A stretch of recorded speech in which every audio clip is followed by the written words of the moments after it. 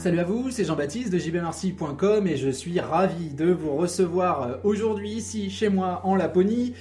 pour discuter d'un nouveau thème qui fait débat, un thème qui vous fait extrêmement peur, un thème tellement justement discuté qu'on en a même américanisé le nom. On l'appelle la fameuse friendzone, tindin, cette espèce d'endroit dans lequel on tombe apparemment, donc faites attention à ne pas glisser, on peut tomber donc dedans et devenir simplement l'ami de son ex et donc ne plus jamais rien ne pouvoir espérer tout simplement de la relation. C'est un truc qui est tellement ancré en nous, cette possibilité que j'ai même parmi mes coachés des gens qui font des progrès sensationnels dans leur reconquête amoureuse et qui me disent « Ah ouais mais là tu te rends compte, mon ex m'appelle, il me dit qu'il a des sentiments pour moi, il veut faire des choses avec moi, mais c'est parce que je suis son ami. » Bah oui, là, il ou elle m'invite à dormir chez lui ou chez elle, c'est parce qu'on est amis, tu comprends? Donc finalement, je suis bloqué, que faire? Ouvrir les yeux, se réveiller parce que ce n'est pas possible. Alors vous allez me dire, ouais, mais moi, j'ai tout un tas de personnes que je connais, des ex qui sont amis, puis d'ailleurs, je suis ami avec un ou une de mes ex, et j'ai envie de vous dire, un mensonge ou manque de réalité, manque d'objectivité, parce que deux ex qui sont amis, à mes yeux ça n'existe pas. Il y en a forcément un des deux qui ment un tout petit peu, qui cache la vérité de ses intentions pour justement favoriser une relation qui est meilleure que, à ses yeux, que l'absence d'échange, qui est meilleure que le désert sentimental. Deux ex qui sont soi-disant amis sont deux ex qui oublient de vous dire que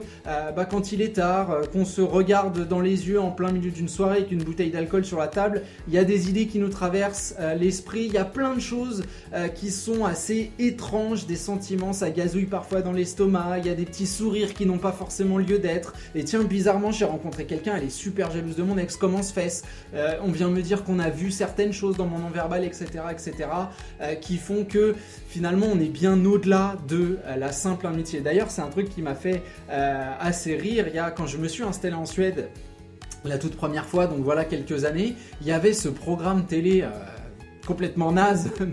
mais j'avoue qu'on reste scotché parce que justement c'est un peu ridicule. Villa, alors je crois que c'était à Los Angeles, mais en tout cas villa au bord de l'eau, piscine, jacuzzi, alcool à gogo, enfin bref, vous imaginez le truc, avec deux ex donc mis dans cette villa là pendant, je sais plus, c'était une semaine ou 2 semaines, et évidemment une autre villa à l'autre bout de la plage avec les deux next qui vivaient dans cette baraque là en observant à la télé ce qui se passait. Dans 9 cas sur 10, qu'est-ce qui se passe? Il y a un rapprochement parce qu'il y a des valeurs communes, parce qu'on se connaît très bien et parce que le climat fait qu'on est dans la légèreté, fait qu'on est dans le non-dit, fait que tiens on fait quoi? Tiens on pop la bouteille, on se met dans le jacuzzi,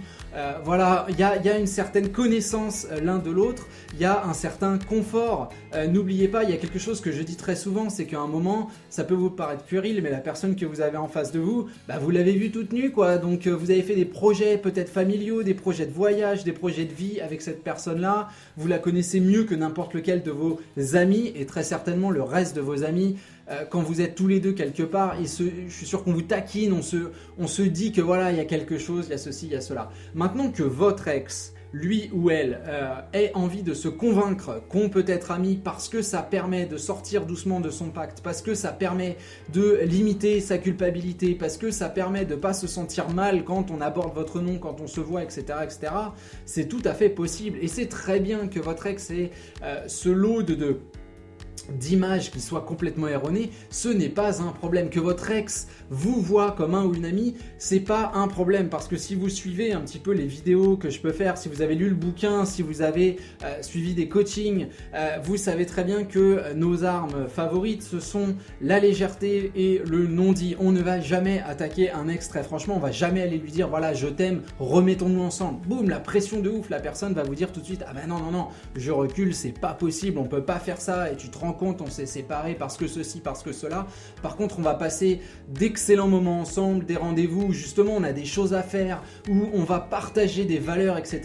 et on va s'apercevoir que le rapprochement se fait naturellement et que finalement on est ensemble sans en avoir discuté. Là, on voit bien que la pression n'est plus du tout la même, que ça redescend doucement. La friendzone, c'est quelque chose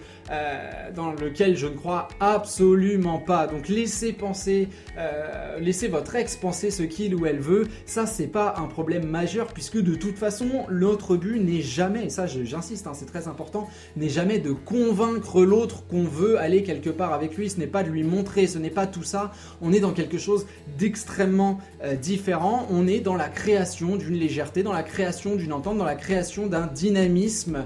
d'abord vous de manière personnelle dans votre image, puis ensemble dans les rendez-vous qu'on veut mettre à jour avec son ex. Donc la friendzone, n'y apportez pas d'importance, refusez évidemment d'être celui qui va faire le taxi pour aller chercher votre ex de chez son ex, on est bien d'accord, le but c'est pas d'être le confident, etc., etc. Il y a des limites à respecter, de toute façon a priori c'est pas le genre de choses qu'on va vous demander, mais pensez bien que les excuses qu'utilise votre ex, ce n'est pas un problème majeur parce que le principal acteur de la reconquête amoureuse, c'est vous et votre changement personnel. Ce que pense votre ex à un moment T, c'est pas un souci majeur. Donc voilà, je vous laisse bien réfléchir là-dessus. Comme d'habitude, si vous aimez la vidéo,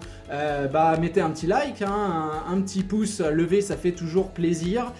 Et si vous voulez plus de contenu, plus de vidéos gratuites, n'hésitez pas à rejoindre le programme qui est mentionné. Vous avez 2 liens sous cette vidéo vers la newsletter directement. Des vidéos gratuites toutes les semaines que vous recevez directement dans votre boîte mail. Voilà, je vous laisse réfléchir à tout ça et je vous dis à très bientôt pour une prochaine vidéo. Salut à vous!